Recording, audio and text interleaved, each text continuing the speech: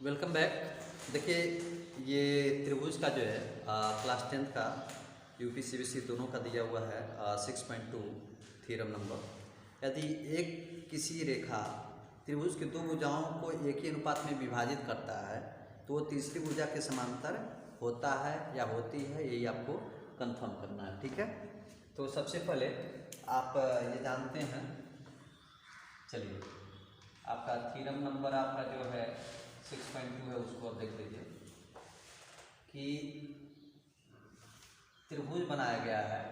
यहाँ पे मैं नाम रखता हूँ ABC, ABC रखता हूँ और यहाँ पे ये कहा जा रहा है कि ABC है तो BC जो है हमारा यहाँ पर नाम लिख देते हैं ABCD और यहाँ से E, ये इसके समांतर है, यानी BCD के समांतर। यही हमें इसमें कहता है कि प्रूव करना है कि ये होता है।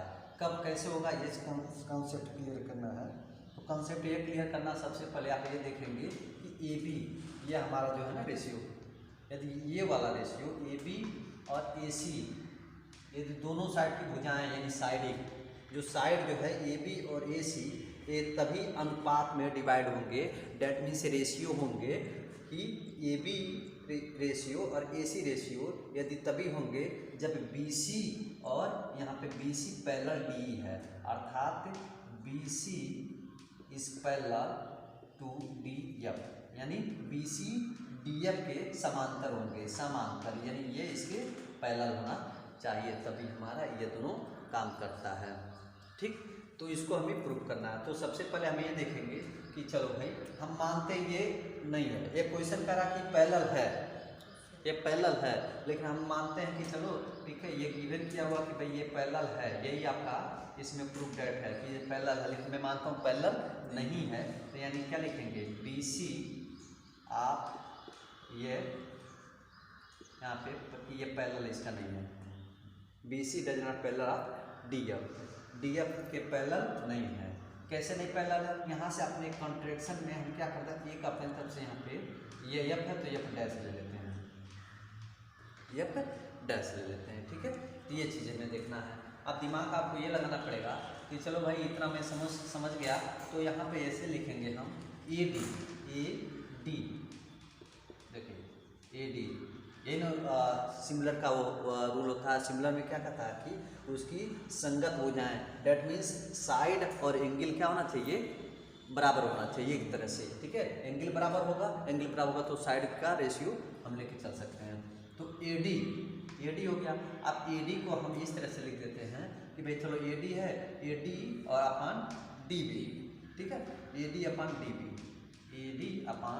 DB इक्वल, ठीक। और यहाँ पे मैं इसको ऐसे लिख चलूँ AF डैश, अभी डैश वाला लिख चल रहा हूँ AF डैश और यहाँ पे F डैश C। गुड, इतना हो गया। ठीक, अब कंडीशन हमारा ये है कि भाई चलो AD आई इतना हमने ले लिया। ठीक है, अब इसी तरह यदि हम सपोज करें कि चलो यदि ये BC है, BC और यहाँ पे DF को हमें यहाँ पे पैरेलल दिखाना, लेकिन अभी मैं सपोज किया हूँ कि भाई ये लेट किया हूँ कि ये सपोज ये लेट किया हूँ, ये पैरेलल यहाँ पर नहीं है। तो जब पैरेलल नहीं है तो हम ये देखेंगे कि इतना तो हम कर लिए, इक्वेशन नंबर आपका ये 1 हो जाएगा। ठीक, अब यहाँ पे मैं इसी तरह ये कंडीशन लगाता हूँ, यदि A और F अपन क्या जाएगा यहाँ पे FC, जैसे इसके अपन ये लिखा उसी तरह इसके अपन ये लिखा यहाँ पर। हाँ ठीक है, तो यहाँ पे भी हमें देखना पड़ेगा कि ये AF और FC, तो AF को हम लेके चल रहे हैं AF डैश, जैसे AF है इसके अपान में हम A डैश F लेते हैं, A डैश F ले चल लिए। अब इसी तरह FC वाला FC है, FC वाले में भी हम लेके चल रहे हैं यहाँ पे F dash C, equation number आपका 2 हो गया। यही कंडीशन आपको बारीकी से समझना कि AD अपन DB लिखा तो यहाँ पर हमने लिख दिया कि AF डैश, फिर यदि DB लिख रहा हूँ यहाँ पे हम लिख रहा हूँ F डैश C। ठीक है, यानी F को अभी मैं इन्वॉल्व नहीं कर रहा हूँ। ठीक है, फिर जब सेकंड इक्वेशन पे आ रहा है तो AF इज ए रेशियो, यहाँ पे AF डैश एंड FC ई, ये आपका जो है यहाँ पे एफ डैश सी के इक्वल हो गया। ठीक, अब इन्हीं दोनों इक्वेशन को देखिए, ये इसकी इक्वल है या ये इसके इक्वल है। फ्रॉम 1 and 2 से, फ्रॉम 1 and 2 से, तो देखिए ये वाला इसमें पुट कर दें, चाहे वाला यहाँ पुट कर दें, तो क्या हो जाएगा A D upon D B equal. ठीक है, अब यहाँ पे क्या हो जाएगा A F upon F C. तो देखिए साइड वाला हुआ कि नहीं, side side A D upon D B और यहाँ पर A F upon F C. ठीक, जब ये हैं तो थ्योरम हमारा यही कहता है ना कि जब साइडें इसकी होती हैं तो ये बीच वाला हमारा क्या जाएगा, अब ये पैरेलल हो जाएगा। यहाँ पे अनपैरेलल माने थे, एक मतलब अनपैरेलल यानी समांतर नहीं है। अब ये इसको यहाँ पे ऐसे कर लेता, अभी समांतर हो गया, यानी हम लिख सकते हैं हम क्या, B C is the parallel of D F. ये आपका प्रूफ हो जाता है। ठीक, ये हो गया। अब इसी पे क्वेश्चन यदि आ रहा है, क्वेश्चन यदि हम उठाते हैं कि सपोज करो, ठीक, ये है यहाँ पे मैं क्वेश्चन उठा रहा हूँ कि सपोज करना है आपको ए बी डी और यहाँ पे डी और यहाँ पे मैं सपोज कर लिया आपका ई। ठीक है, तो अब यहाँ पे हमें ये कंफर्म करना है कि यहाँ पर दिखाना पड़ेगा कि भाई आपको दिखाना कि ये बी सी डी एफ के पैरेलल हैं, तो क्या ये इक्वल होंगे कि नहीं होंगे, हमें ये देखना है। यानी ये आपका B C is parallel of D E, right. ये नाउ कंडीशन यहाँ पर जानते हैं, वी नो डैट, जानते हैं बाई थेल्स, थेल्स के अनुसार। हाँ, थेल्स, थेल्स में क्या था, ए डी, ए ने कहा था ए डी अपान क्या जाएगा हमारा D B, good, equal to A E side side ले रहा हूँ यहाँ पे ए सी डी। ये हो गया। जब साइड का लिया इधर का साइड साइड हो गया। तो अब क्या करेंगे, यहाँ पे टेक्निकल ये है कि हमें दिखाना है कि पूरा रेशियो होना चाहिए। तो यहाँ पे टेक्निकल यही होता है, थेल्स में यही बताया जाता है कि क्या करो, अब ऐसे कंडीशन में adding on one both side, adding on both side, ठीक है, one adding on both side, एक जो है दोनों पक्षों में हम क्या करते हैं, ऐड करते हैं। तो देखिए A D upon D B plus 1 equal to A E upon A C plus 1। आप चाहते चाहे इधर लाते तभी वही चीज़ होता, जैसे 1 - 1, एक जोड़ते एक घटाते, तो काटेंगे तो जीरो तो आ जाएगा ना। तो इसको हमने इक्वल किधर कर दिया, तो इसलिए पॉजिटिव था, उधर था, चाहे इधर ये वाला उधर फंक्शन ले जाएगा तभी हो जाएगा। आप क्या करेंगे, रूल क्या करा, क्रॉस मल्टीप्लाई करना पड़ेगा, क्रॉस मल्टीप्लाई कर दीजिए, क्या जाएगा हमारा A D plus D B upon D B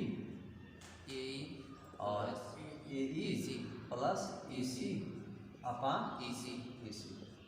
ठीक, अब देखिए ए डी और यहाँ पर डी बी मिला के दोनों को हम ए भी लिख सकते हैं।